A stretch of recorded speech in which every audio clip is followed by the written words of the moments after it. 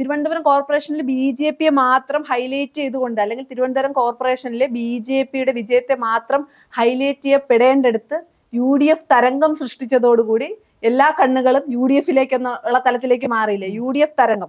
ഇപ്പൊ 6 4 കോർപ്പറേഷനുകളും UDF പിടിച്ചെടുത്തു. ഒരു കോർപ്പറേഷനിൽ നിന്നാണ് 4 കോർപ്പറേഷൻ പിടിച്ചെടുക്കുന്നത്.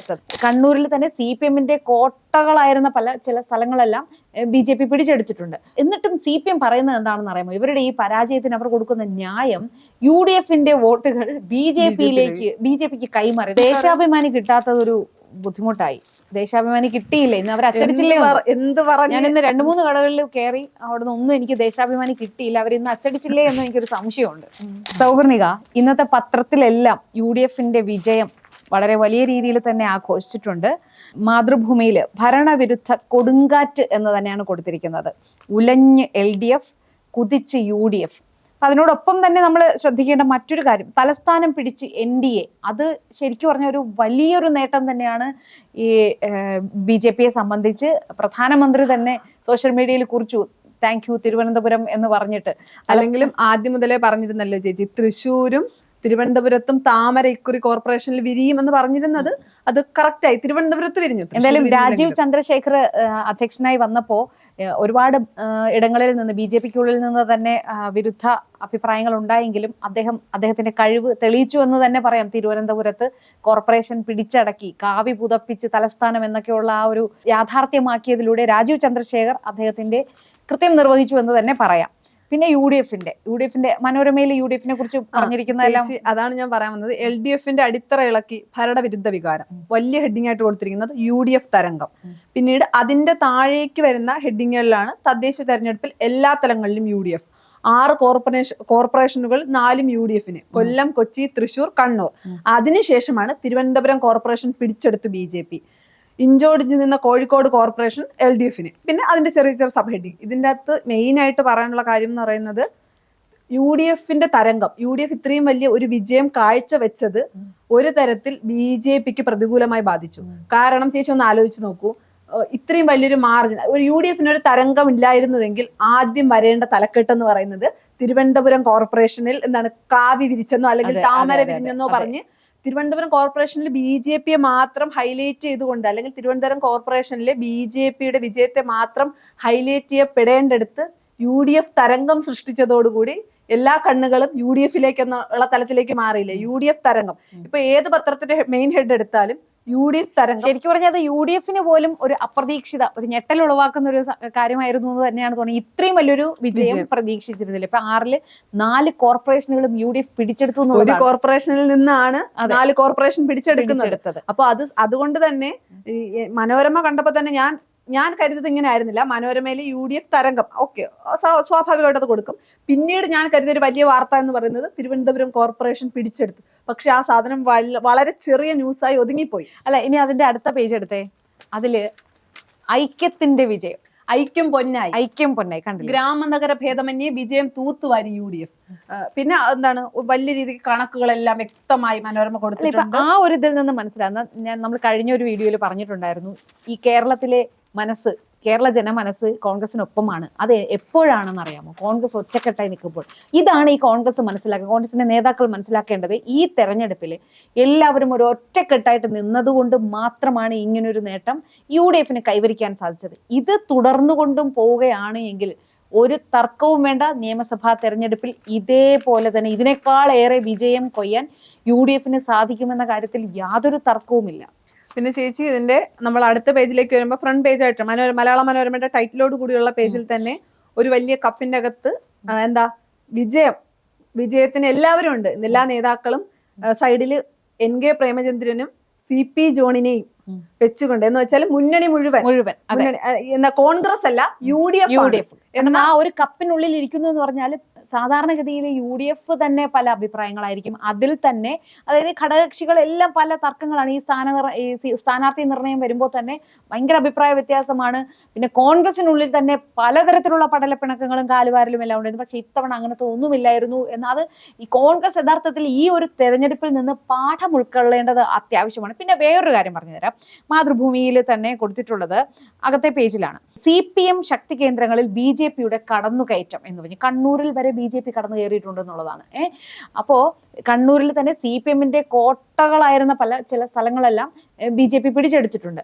അതിന്റെ അർത്ഥം എന്നിട്ടും CPM പറയുന്നത് എന്താണെന്ന് അറിയാമോ? ഇവരുടെ ഈ പരാജയത്തിന് അവർ കൊടുക്കുന്ന ന്യായം UDF-ന്റെ വോട്ടുകൾ BJPക്ക് കൈമാറുന്നു. അതിന് ആരോ ഒരു കമന്റ് ഇട്ടിരുന്നു ഫേസ്ബുക്കിൽ, അവർ ഈ താലം കൈമാറുന്നത് നിങ്ങൾ കാണാത്തത് നന്നായി, എങ്കിൽ ചോര ഛർദ്ദിച്ച് മരിക്കുമായിരുന്നു എന്ന്. ഇവർ എന്തർത്ഥത്തിലാണ് ഈ വോട്ട് കൈമാറുന്നത്? UDF-ഉം വോട്ട് നേടി, BJP-യും വോട്ട് നേടി, കുറഞ്ഞത് CPM-നാണ്. എന്നിട്ടും പറയുന്നു UDF-ഉം BJP-യും തമ്മിൽ ധാരണയായിരുന്നു. ഇവർക്ക് ലേശം ഉളുപ്പുണ്ടോ എന്ന് ചോദിക്കണ്ടേ? പിന്നെ മനോരമയിൽ ആ ഫ്രണ്ടിൽ തന്നെ ആഭരണം ചെമ്പായി, സ്വർണ്ണപ്പാളി അടക്കമുള്ള വിവാദങ്ങളും അമിത ആത്മവിശ്വാസവും LDF-ന് വിനയായി. സ്വർണ്ണപ്പാളി വിഷയം ഉൾപ്പെടെയുള്ള എല്ലാ കാര്യങ്ങളും കൊടുത്തിട്ടുണ്ട്. നമുക്കറിയാം ഏറ്റവും കൂടുതൽ ചർച്ച ആകാതിരിക്കാൻ CPM നോക്കിയതും എന്നാൽ ഏറ്റവും കൂടുതൽ ചർച്ചയായതും സ്വർണ്ണപ്പാളി വിഷയം. എന്തായാലും സ്വർണം കവർച്ച വിഷയം വന്നപ്പോൾ അതിൽ നിന്നും ആൾക്കാരുടെ ശ്രദ്ധ മാറ്റാൻ വേണ്ടിയിട്ടാണ് രാഹുൽ വിഷയം ഇവർ ഇത്രയ്ക്ക് കത്തിച്ചത്. ചാനലുകളെ കൂടെ ഉപയോഗിച്ചുകൊണ്ട് തന്നെ ഇവർ ഇത്രയും കത്തിച്ചത് അത് ആൾക്കാരുടെ മനസ്സിൽ പതിയാതിരിക്കും. പക്ഷേ ജനങ്ങൾ ഇപ്പോൾ പണ്ടത്തെ പോലെയല്ല. പത്രം മാത്രമല്ല ഇപ്പോൾ ആൾക്കാർ വായിക്കുന്നതും, ആകാശവാണിയിലെ വാർത്ത മാത്രമല്ല, ദൂരദർശനിലെ വാർത്ത മാത്രമല്ല ആൾക്കാർ കേൾക്കുന്നത്, സോഷ്യൽ മീഡിയയിൽ ആൾക്കാരെല്ലാം സജീവമാണ്.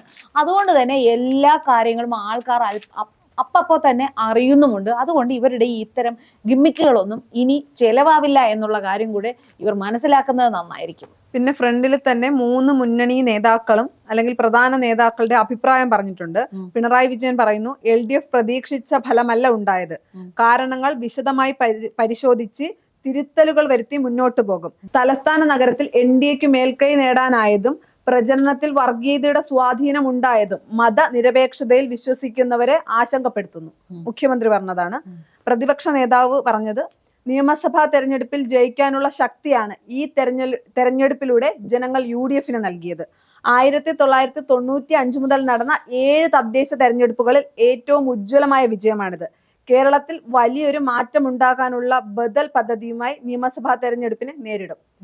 ഇനി രാജീവ് ചന്ദ്രശേഖർ, നമ്മൾ ചേച്ചി ആദ്യം പറഞ്ഞ പോലെ രാജീവ് ചന്ദ്രശേഖർ പറഞ്ഞത്, സംസ്ഥാന സർക്കാരിന്റെ ഭരണ പരാജയം വ്യക്തമായി. BJP മുന്നോട്ട് വെച്ച വികസിത കേരളത്തെ ജനങ്ങൾ സ്വീകരിച്ച് തെളിയിക്കുന്നതാണ് തിരുവനന്തപുരം കോർപ്പറേഷനിലെ വിജയം. നിയമസഭാ തെരഞ്ഞെടുപ്പിൽ BJPയും UDF-ഉം തമ്മിലാണ് മത്സരം. ഇടതുമുന്നണിയെ കേരളം തള്ളിക്കളഞ്ഞു എന്നാണ്. അതൊരു വാസ്തവമായി തന്നെയാണ് വരുന്നത്. അപ്പൊ ഈ മാതൃഭൂമിയിൽ കൊടുത്തിട്ടുണ്ട്, തദ്ദേശം നിയമസഭയുടെ ചൂണ്ടുപലകയോ ഉറ്റുനോക്കി മുന്നണികൾ. ശരി തന്നെയാണ്. ഈ തദ്ദേശ തെരഞ്ഞെടുപ്പിന്റെ ഈ ഒരു റിഫ്ലക്ഷൻ എന്തായാലും നിയമസഭാ തെരഞ്ഞെടുപ്പിൽ ഉണ്ടാവും. മുന്നണികളെല്ലാം അത് മുന്നിൽ കണ്ടുകൊണ്ട് തന്നെ വേണം ഇനി അതിന്റെ പ്രവർത്തനങ്ങളിലേക്ക് കടക്കേണ്ടത്. കാരണം എനിക്ക് തോന്നുന്നത് LDF-ന് ഈ ഒരു പരാജയത്തെ വളരെ കുറഞ്ഞ കാലയളവേ ഉള്ളൂ ഇനി നിയമസഭാ തെരഞ്ഞെടുപ്പിനെ നേരിടാൻ. ഈ ഒരു കുറഞ്ഞ കാലയളവ് കൊണ്ട് നോർമലി അവർക്ക് ഇതിനെ എങ്ങനെ അതിജീവിക്കാൻ കഴിയുമെന്ന് അറിയില്ല. കാരണം കോൺഗ്രസ് അവർക്കെതിരെ വന്ന രാഹുൽ മാങ്കൂട്ടത്തിൽ വിഷയത്തിൽ കോൺഗ്രസ് ശക്തമായ നിലപാടെടുത്തത് കൊണ്ട് തന്നെ ജനമനസ്സുകളിൽ കോൺഗ്രസിന് അതിൻ്റെതായ ഒരു ഇത് വന്നു കഴിഞ്ഞിട്ടുണ്ട്. കോൺഗ്രസ് ആ നിലപാടെടുക്കുകയും മാതൃകാപരമായത്. CPM ഈ ജയതിലകിനെതിരെ വന്ന പരാതി 2 വർഷമായി മുഖ്യമന്ത്രി പൂർത്തിവെച്ചു എന്നുള്ളത് ഇതേ കാലഘട്ടത്തിലാണ് പുറത്തു വരുന്നത്. അപ്പോൾ ഈ 2 പാർട്ടികളും തമ്മിലുള്ള ഒരു താരതമ്യം ജനങ്ങൾ നടത്തും. ഇവർ പറയുമല്ലോ ഇവർ എപ്പോഴും ഇരയ്ക്കൊപ്പമാണ് എന്ന് ആവർത്തിച്ച് പറയുകയും നിലപാടിൽ അങ്ങനെ വരാതിരിക്കുകയും ചെയ്യുന്നത് ജനങ്ങൾ ശ്രദ്ധിക്കുന്നുണ്ട്. പിന്നെ ഈ നടത്തിയ അഴിമതികൾ, ഇപ്പോൾ തെരഞ്ഞെടുപ്പ് അടുക്കുമ്പോൾ കൊണ്ടുപോയി പെൻഷൻ ഒരു കുറച്ച് കൂട്ടി പെൻഡിങ് വരുത്തി വെച്ചിരുന്നിട്ട് തെരഞ്ഞെടുപ്പ് അടുക്കുമ്പോൾ കൊണ്ടുവന്ന് കൊടുക്കുമ്പോൾ ഇതൊക്കെ പണ്ട് ആൾക്കാർക്ക് ഇൻഫ്ലുവൻസ് ചെയ്യാൻ പറ്റുമായിരുന്നു. പക്ഷെ ഇപ്പോൾ ആൾക്കാർ അത് മനസ്സിലാക്കി തുടങ്ങി. തെരഞ്ഞെടുപ്പിനോട് അടുത്ത് കൊണ്ട് തരുമ്പോൾ അത് അവരുടെ പ്രത്യേക ലക്ഷ്യമാണ് എന്നുള്ളത് ആൾക്കാർക്ക് മനസ്സിലായി തുടങ്ങി. അപ്പൊ അതുകൊണ്ട് ഇനി അവർക്ക് ഇടതുമുന്നണി നന്നായി പണിപ്പെടേണ്ടി വരും വരുന്ന നിയമസഭാ തെരഞ്ഞെടുപ്പിൽ. പിന്നെ ഉള്ള വാർത്ത എന്ന് പറയുന്നത്, മടങ്ങി മെസ്സി കൊൽക്കത്ത, നാണക്കേടായി ആരാധകരുടെ ആക്രമം. കേരളത്തിൽ വന്നില്ലെങ്കിൽ എന്താ, കൊൽക്കത്തയിൽ വന്നു. എനിക്ക് തോന്നുന്നു രാഹുൽ ഗാന്ധി ആ ഒരു വീഡിയോ കാണാൻ എന്തൊരു കരിസ്മയാണ് ആ വീഡിയോ കാണാൻ. അവരെല്ലാവരുടെ ഒരു ബോഡി ലാംഗ്വേജ് തന്നെ ഒരേപോലെയാണ്. മെസ്സിയും രാഹുലൊക്കെ ഒന്നിച്ച് വരുന്ന ഒരു വീഡിയോ കണ്ടിരുന്നില്ലേ? അത് എന്ത് രസമായിട്ടാണ്. ഇവിടെ ഉള്ളവരെ എന്തൊക്കെ പറഞ്ഞതാണെന്ന്. പക്ഷെ തിരക്കിൽ അസ്വസ്ഥനായി മെസ്സി തിരിച്ചുപോയി. നിരാശരായി സ്റ്റേഡിയം കയ്യേറി കാണികൾ. സ്വാഭാവികമാണ്, മെസ്സിയെ കാണാനുള്ള. അല്ല, കേരളത്തിൽ വന്നാലും പണ്ട് ബംഗാൾ ഞങ്ങളുടേതായിരുന്നല്ലോ. അപ്പൊ അതുകൊണ്ട് ബംഗാളിൽ ഞങ്ങൾ കൊണ്ടുവന്നു ഇനി പറയാതിരുന്നാ മതിയായിരുന്നു. പിന്നീട് അകത്തേക്കൊക്കെ നോക്കുമ്പോ എല്ലാം വിജയങ്ങളാണ്. ഇന്നത്തെ വാർത്തകൾ മുഴുവൻ ഈ തെരഞ്ഞെടുപ്പുമായി ബന്ധപ്പെട്ടത് തന്നെയാണ്. പിന്നെ അതിന്റെ അകത്തുള്ള ഒരു വാർത്ത എന്ന് പറയുന്നത്, മനോരമയിൽ കൊടുത്തിട്ടുണ്ട്, നടി ആക്രമണ കേസ് തള്ളിയത് 2ാം ഘട്ട അന്വേഷണം എന്ന് പറഞ്ഞിട്ട് ഒരു 2 കോളം വാർത്ത കൊടുത്തിട്ടുണ്ട്. പിന്നെ ദേശാഭിമാനി കിട്ടാത്തത് ഒരു ബുദ്ധിമുട്ടായി. ദേശാഭിമാനി കിട്ടിയില്ല, ഇന്ന് അവർ അച്ചടിച്ചില്ലേ. എന്ത് പറഞ്ഞു, ഞാൻ ഇന്ന് 2-3 കടകളിൽ കയറി, അവിടുന്ന് ഒന്നും എനിക്ക് ദേശാഭിമാനി കിട്ടിയില്ല, അവർ ഇന്ന് അച്ചടിച്ചില്ലേ എന്ന് എനിക്കൊരു സംശയമുണ്ട്. മനോരമയുടെ എഡിറ്റോറിയൽ എന്ന് പറയുന്നത് ജനഹിതത്തിന്റെ നവകേരള യാത്ര, ഊർജം വീണ്ടെടുത്ത് UDF, തോൽവി ചോദിച്ചു വാങ്ങി LDF. എന്താണ് തോൽവിയുടെ കാര്യവും ജയത്തിന്റെ കാര്യവും ഒക്കെ. പിന്നീട് താഴെ കൊടുത്തിട്ടുണ്ട്, എല്ലാ ശബ്ദവും കേൾക്കും, ഒറ്റ ശബ്ദമായി മാറും. VD സതീശന്റെ ചോദ്യവേള, അതും വലിയ വാർത്തയെ കൊടുത്തിട്ടുണ്ട്. പിന്നീട് എല്ലാം ഈ പറയുന്ന പോലെ വിജയത്തിന്റെ വാർത്തയാണ്.